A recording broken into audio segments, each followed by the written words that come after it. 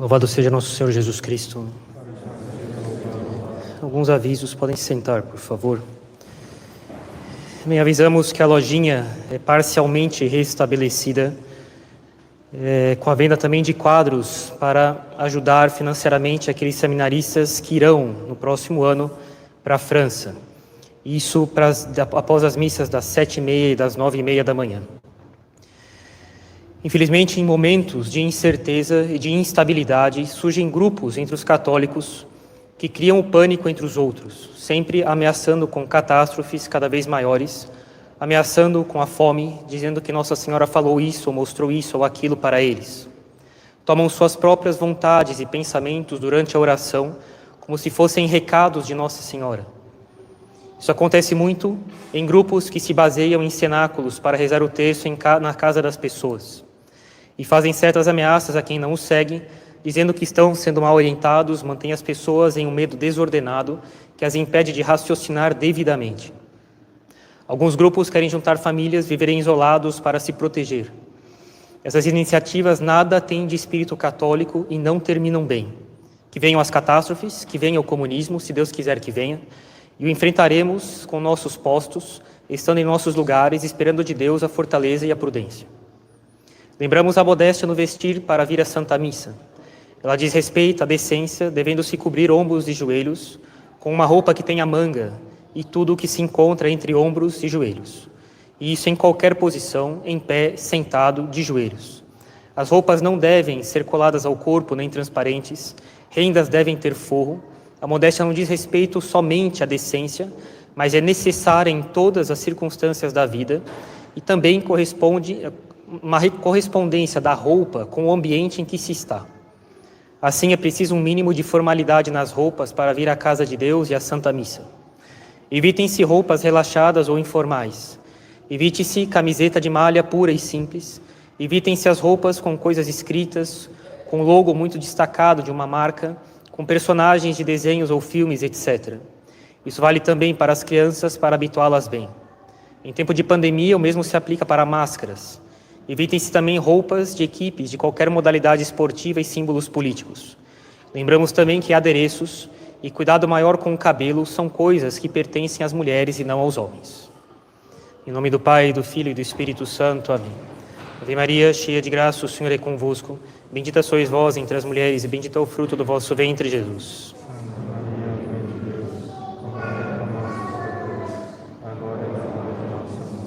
Nossa Senhora das Dores.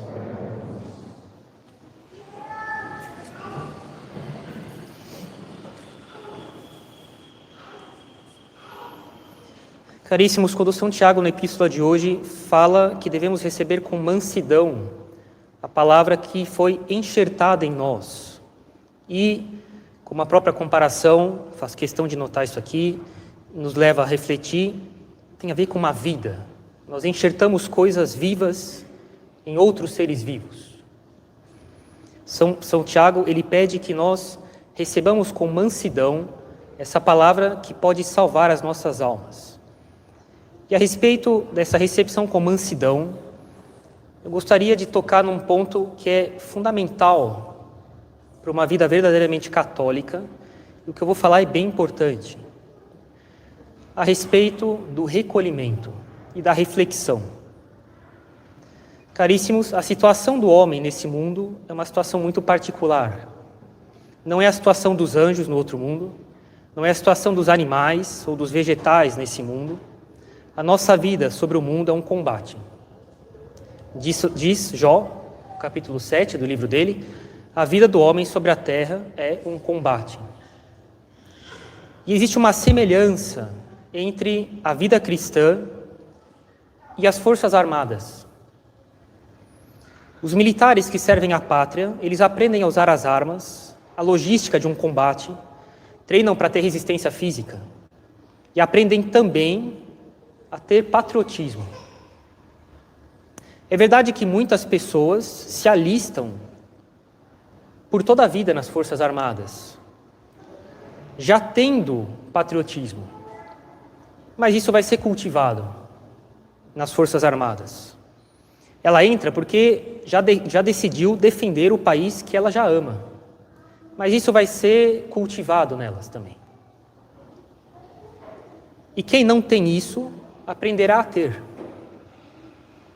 Na vida sobrenatural, os soldados, ou seja, nós, lembrem-se, caros recém-batizados, caros fiéis que se aproximam novamente ou há pouco tempo, e até aqueles que estão há mais tempo na vida católica, no domingo da oitava de Páscoa, no domingo em Albis, aqueles que acabaram de ser batizados são levados para a igreja de um mártir que era militar, para que, sob a intercessão dele, esses novos católicos, esses novos batizados, tenham o espírito da milícia cristã, o espírito dos soldados de Jesus Cristo.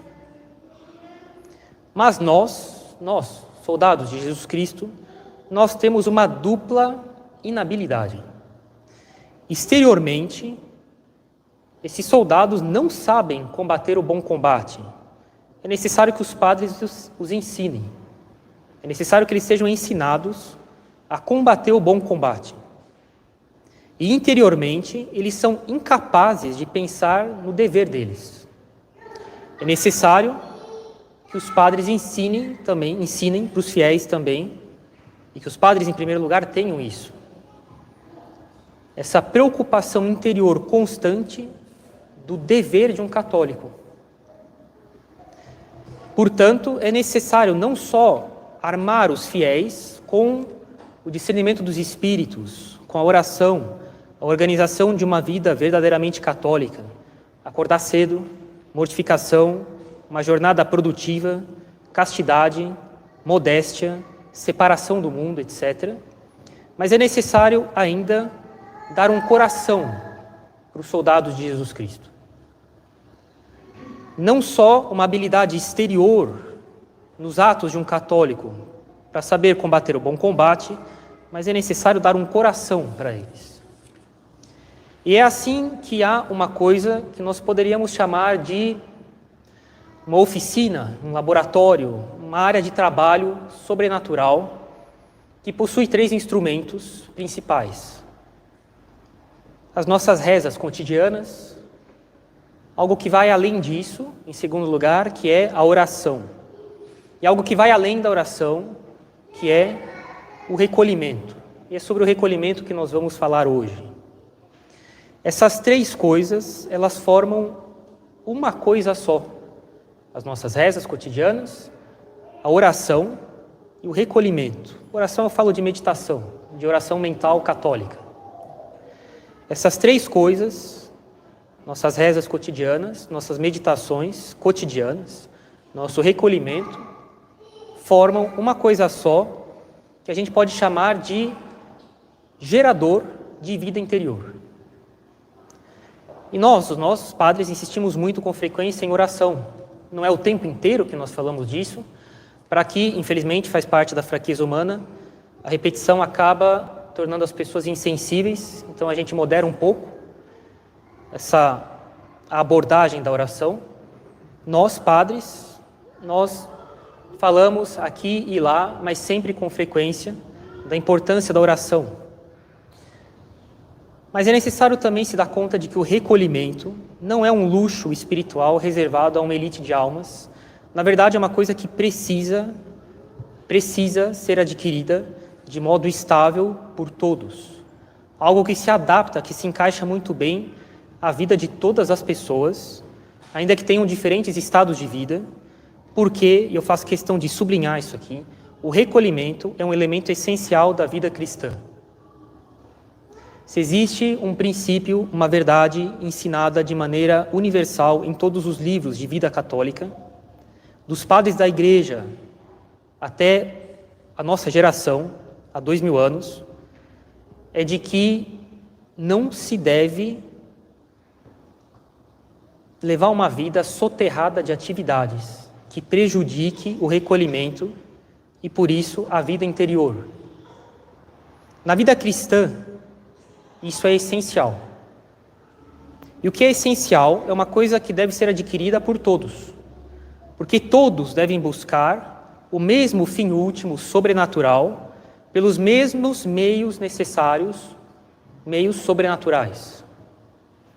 E o conceito mais simples e mais sólido que se possa fazer do que é recolhimento é de que recolhimento não é outra coisa além de eu continuar minha oração mental.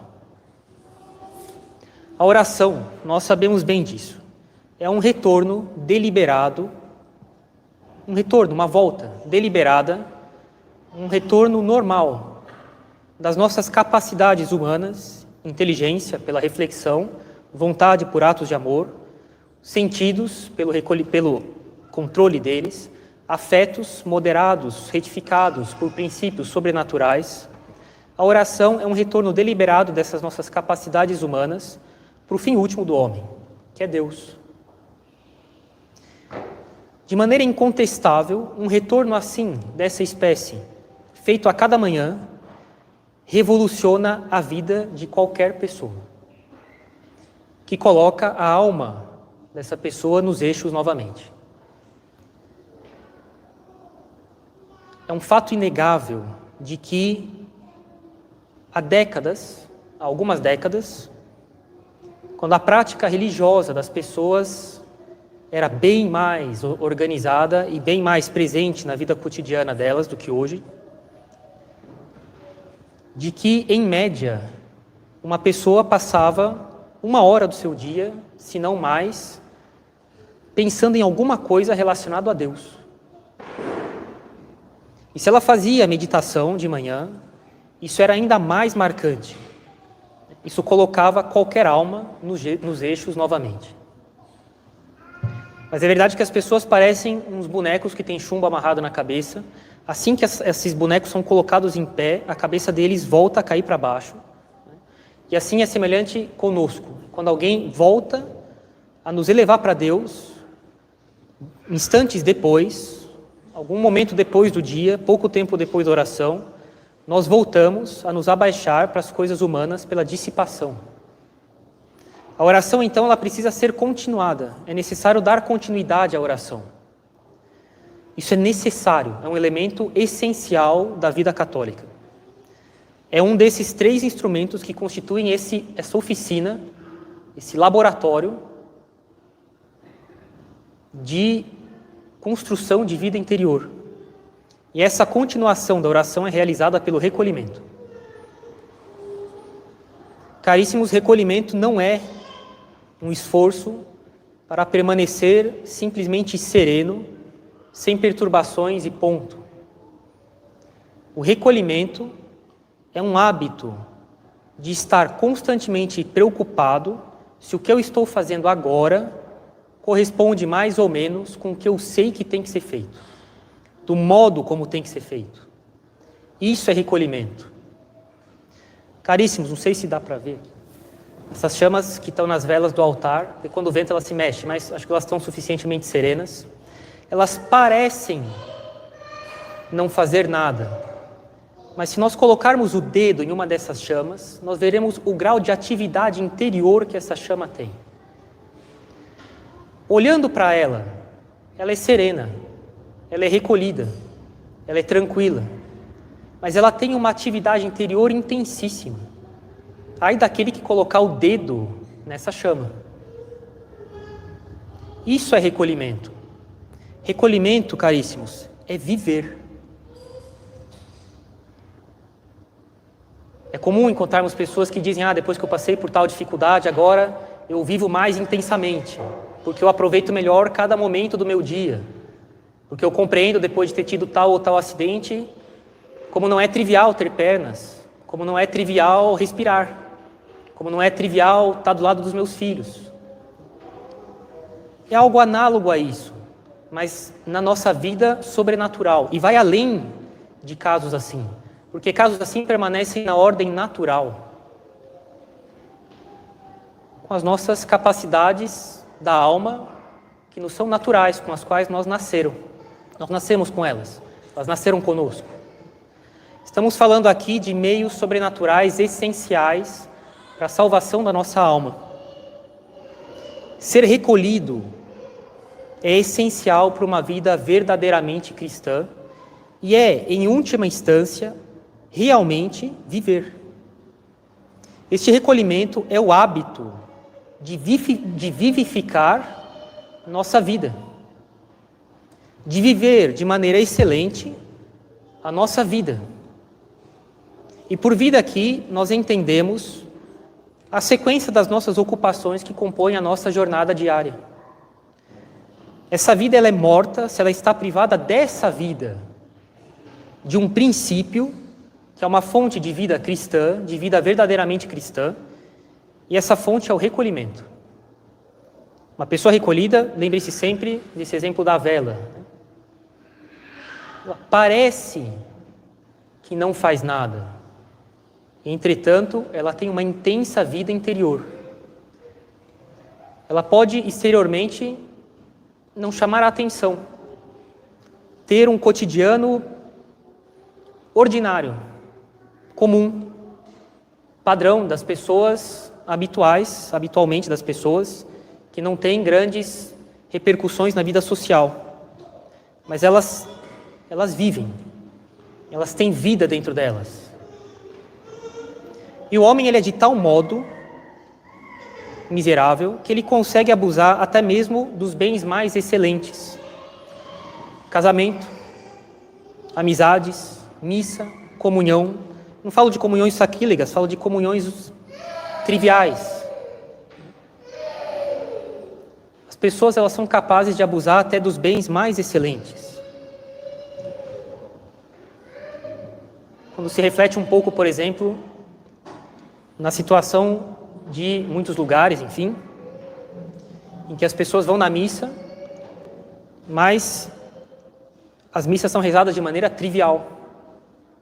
Eu estou dizendo o mínimo, para não dizer cheias de desrespeito, de ofensas contra Deus, por abusos, por coisas que são irreverentes, por coisas que são francamente contrárias à doutrina católica, pessoas que comungam em pecado grave, aos montes, porque hoje em dia a prática religiosa é uma catástrofe, é uma confusão. Bens assim, casamentos mal conduzidos, amizades mal conduzidas, missas mal aproveitadas, comunhões mal aproveitadas. Raramente o demônio se esforça por combater essas coisas, por afastar as pessoas dessas coisas, porque elas usam mal. E ele tira proveito disso. Mas existem coisas que rarissimamente, para não dizer nunca, conseguem ser mal utilizadas. E uma dessas coisas é a oração, é o recolhimento. Tem outra coisa também, que é a penitência. Raramente a penitência é mal utilizada. Raramente o mundo vai deixar escapar pela boca dele que é bom fazer penitência. Aliás, eu nunca vi. São coisas que são difíceis de serem mal utilizadas. Dessas coisas o demônio se esforça para afastar as pessoas. Oração e penitência. Estudo pode ser abusado. Casamento, amizades, missa, comunhão. O demônio não se esforça para afastar as pessoas dessas coisas quando vê que elas estão sendo mal utilizadas. O homem ele é de tal modo que ele consegue abusar até mesmo dos bens mais excelentes que Deus dá. A pessoa tem carona para vir para a missa. Durante o caminho ela fala mal das pessoas. Na volta ela fala mal das pessoas. Abuso dos bens que Deus dá. Preparação para comungar mal. Isso precisa parar. O demônio não afasta as pessoas dessas coisas porque sabe que elas usam mal. E sabe que essas coisas impedem as pessoas de tirar proveito desses bens. E quando é assim, o homem, ainda que seja uma pessoa que age, que conduz a jornada dele com os seus deveres de Estado, ele parece um cadáver entusiasmado. Os movimentos vêm da natureza, mas a natureza está abaixo da nossa finalidade sobrenatural, do nosso fim último, que é a visão sobrenatural de Deus no céu, a busca de fazer nessa vida a vontade de Deus e ser feliz fazendo isso. Essa finalidade sobrenatural está acima de um cotidiano levado sem recolhimento, ainda que seja um cotidiano produtivo. A pessoa parece um cadáver entusiasmado. Ao contrário, quando existe um espírito sobrenatural, esse espírito do fim último, que vem se unir à nossa atividade natural, então nós vivificamos nossa vida. E essa vivificação da vida é feita de que modo? Dirigindo-a para o fim último da nossa existência, para a razão pela qual Deus nos deu existência. E essa é a função própria do recolhimento. A função própria do recolhimento é de nos dirigir constantemente para Deus, para o nosso fim último, pelo qual a gente foi criado, um retorno constante para Deus. O recolhimento faz a oração circular nas nossas ações, como o sangue circula nas nossas veias. E essa circulação é obra de recolhimento. Numa pessoa recolhida, cada situação, sobretudo as mais penosas, despertam luzes sobrenaturais, são a ocasião de aparecer luz, de como ver aquela situação e de que modo, conforme a luz sobrenatural de um espírito que reza. Eu tenho alguma dificuldade, isso é ocasião de aparecer em mim, por causa do recolhimento, as lembranças de Jesus Cristo sofrendo, e isso me dá paciência. Um fato da minha vida, vivificado pela paciência e pelo recolhimento que causou essa paciência. Eu tenho alguma tentação, o recolhimento me faz lembrar do inferno, do céu, das ofensas a Deus, do que isso quer dizer, da gravidade disso, quem é Deus, o que o demônio pretende com isso. São luzes que aparecem em situações da minha vida, sobretudo as mais difíceis, luzes que são fruto de recolhimento. Se alguma coisa agitasse essas velas do altar, elas apagariam. A partir de um certo ponto de agitação, não tem mais luz, não tem mais calor, elas apagam. Se elas estão recolhidas, elas têm luz e calor. Em qualquer situação da nossa vida, o recolhimento faz aparecer alguma verdade que fica face a face com alguma dificuldade. E se é verdade que um só pensamento basta para sustentar o edifício da vida cristã de um católico por toda a vida, por exemplo, Santo Inácio, que de maneira, entre aspas, obsessiva, em qualquer situação pensava, isso aqui é para a maior glória de Deus.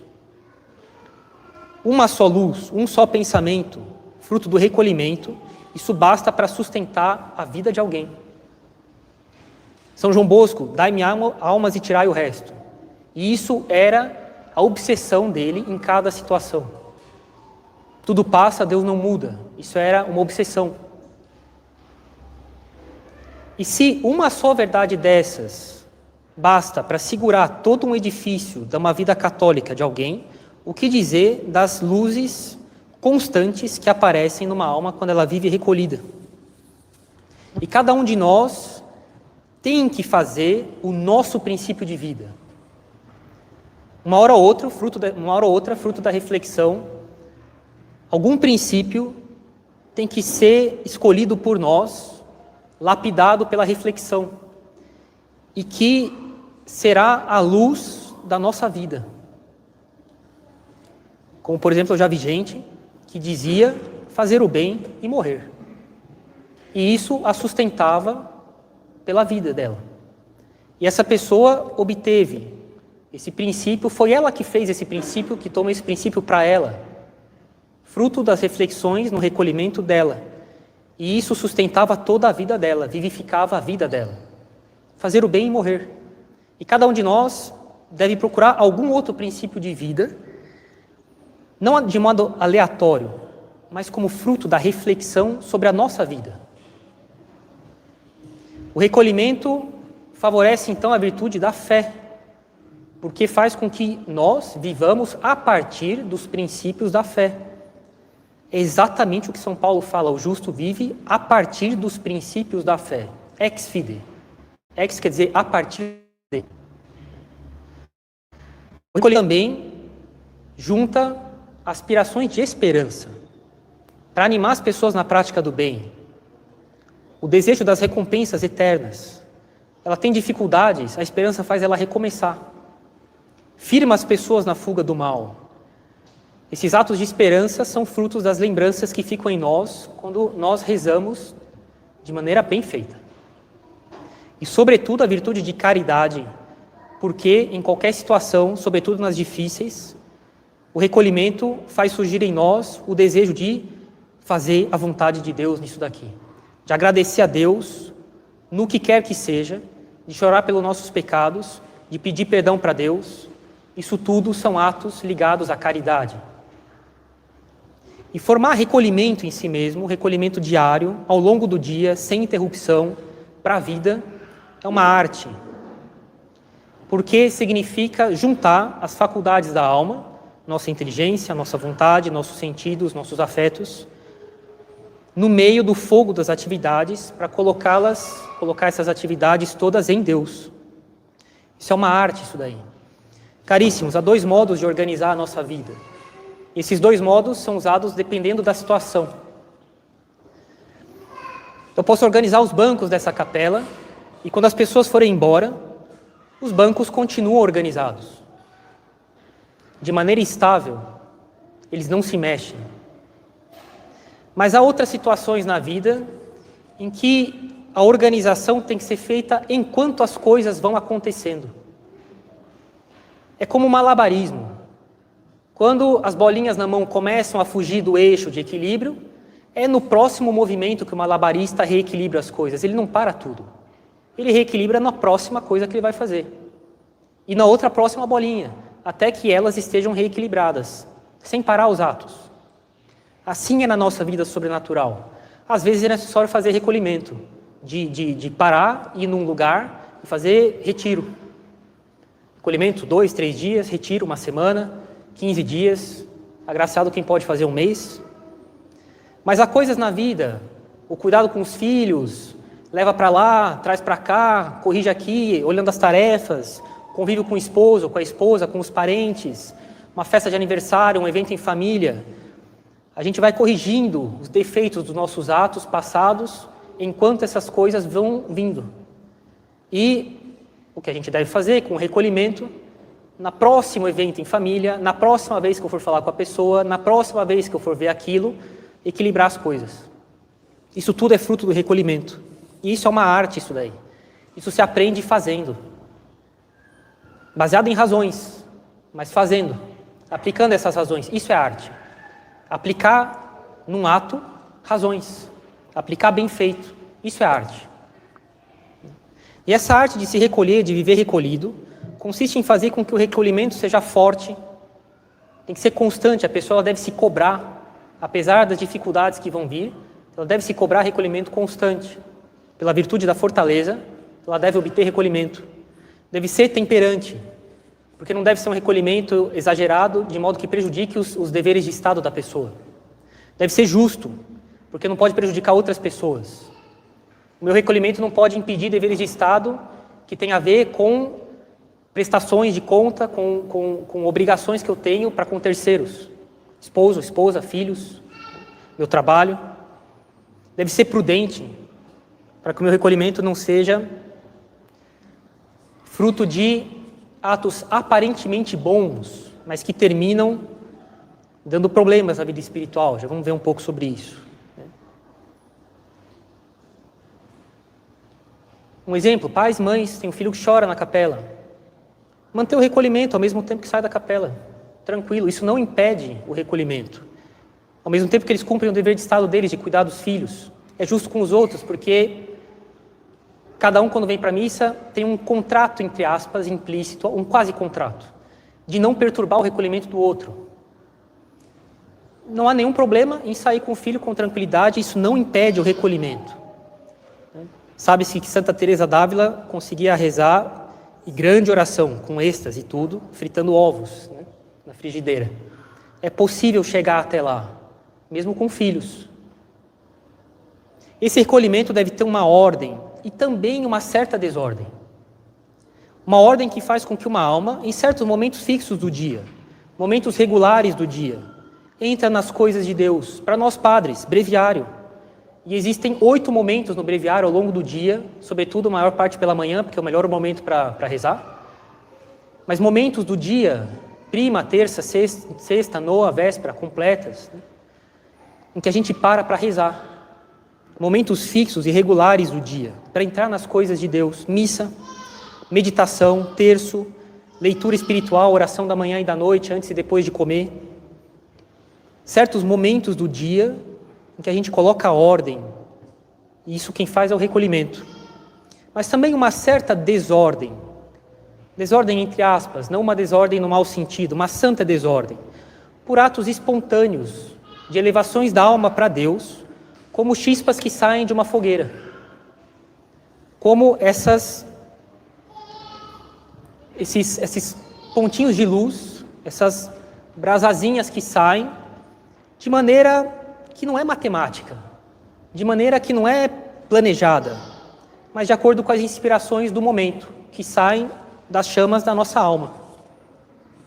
É necessário saber fazer com que esse recolhimento seja discreto, não perturbe as ocupações ordinárias, ao contrário, se harmonize com elas, porque ele deve vivificar essas atividades, não deve se opor a elas, para fazer com que elas sejam mais ativas e mais interiores, como as chamas de uma vela. É necessário também tornar esse recolhimento fácil, natural. Como é que o nosso recolhimento é tranquilo, natural diante dos outros, não é um recolhimento curioso, particular, peculiar, né? Que chame a atenção, a pessoa curiosa, assim, você olha e fala, curiosa essa pessoa, né? Não procurando sentimentos, procurando vivificar pela fé, pela esperança, pela caridade os nossos atos. Deve ser um recolhimento de uma alma que olha para ela e fala assim, eu sou livre. E esse meu recolhimento é franco, ele não é tenso, sem ansiedade de cabeça, cordial com as pessoas, confiante em Deus, tranquilo no seu andamento ao longo do dia, moderado nas obrigações que eu quero me impor. Eu quero fazer jejum.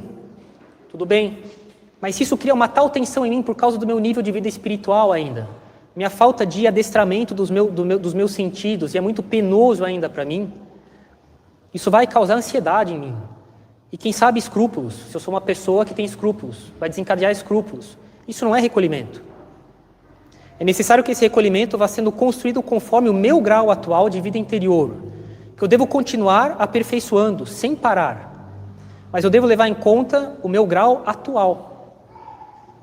Mais recolhimento vai ser exigido das pessoas consagradas para Deus, das pessoas que querem ter uma maior perfeição.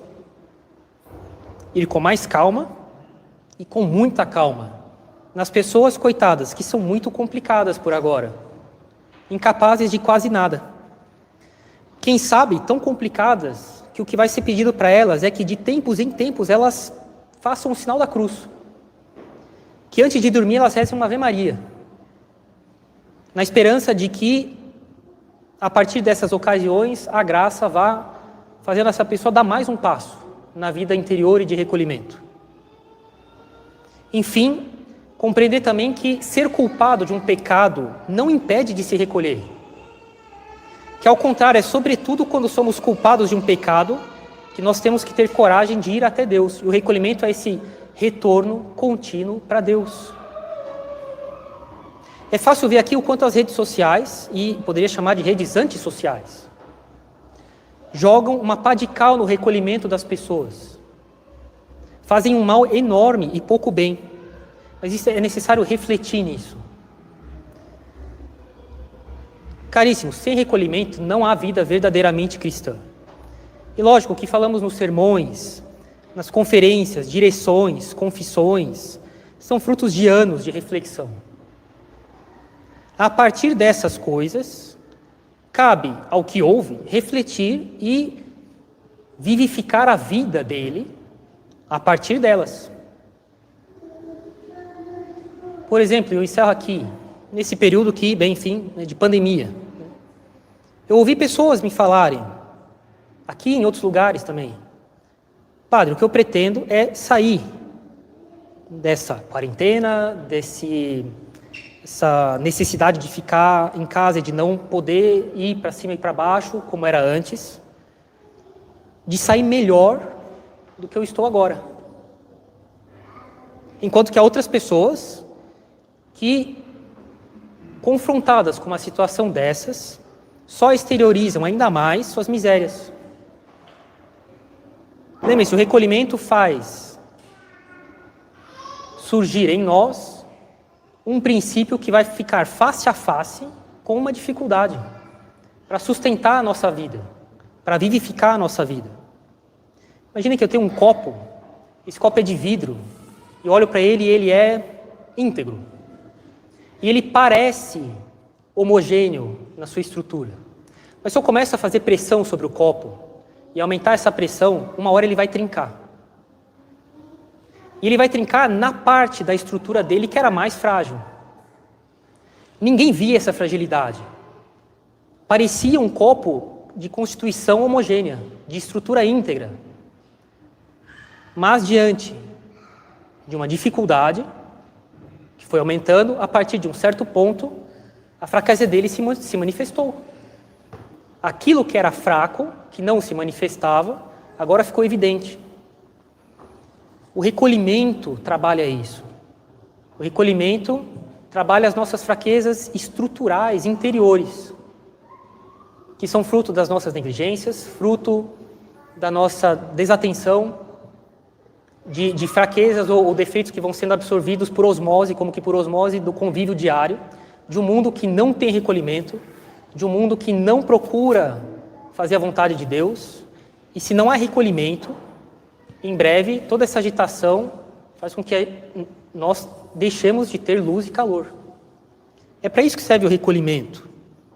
E talvez algumas pessoas não tenham entendido isso, que essas circunstâncias nas quais Deus nos colocou ao longo desse mais de um ano, de maior ou menor recolhimento, mas mais do que era antes, sem dúvida alguma, deve servir para que nós saiamos melhores do que quando nós entramos nessa situação. Uma melhora interior, e não para que seja ocasião de fratura e de manifestar ainda mais nossas misérias.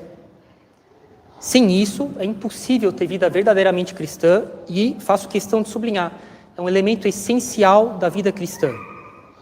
Ele é ocasião de vivificar a nossa vida e de verdadeiramente ter vida em nós.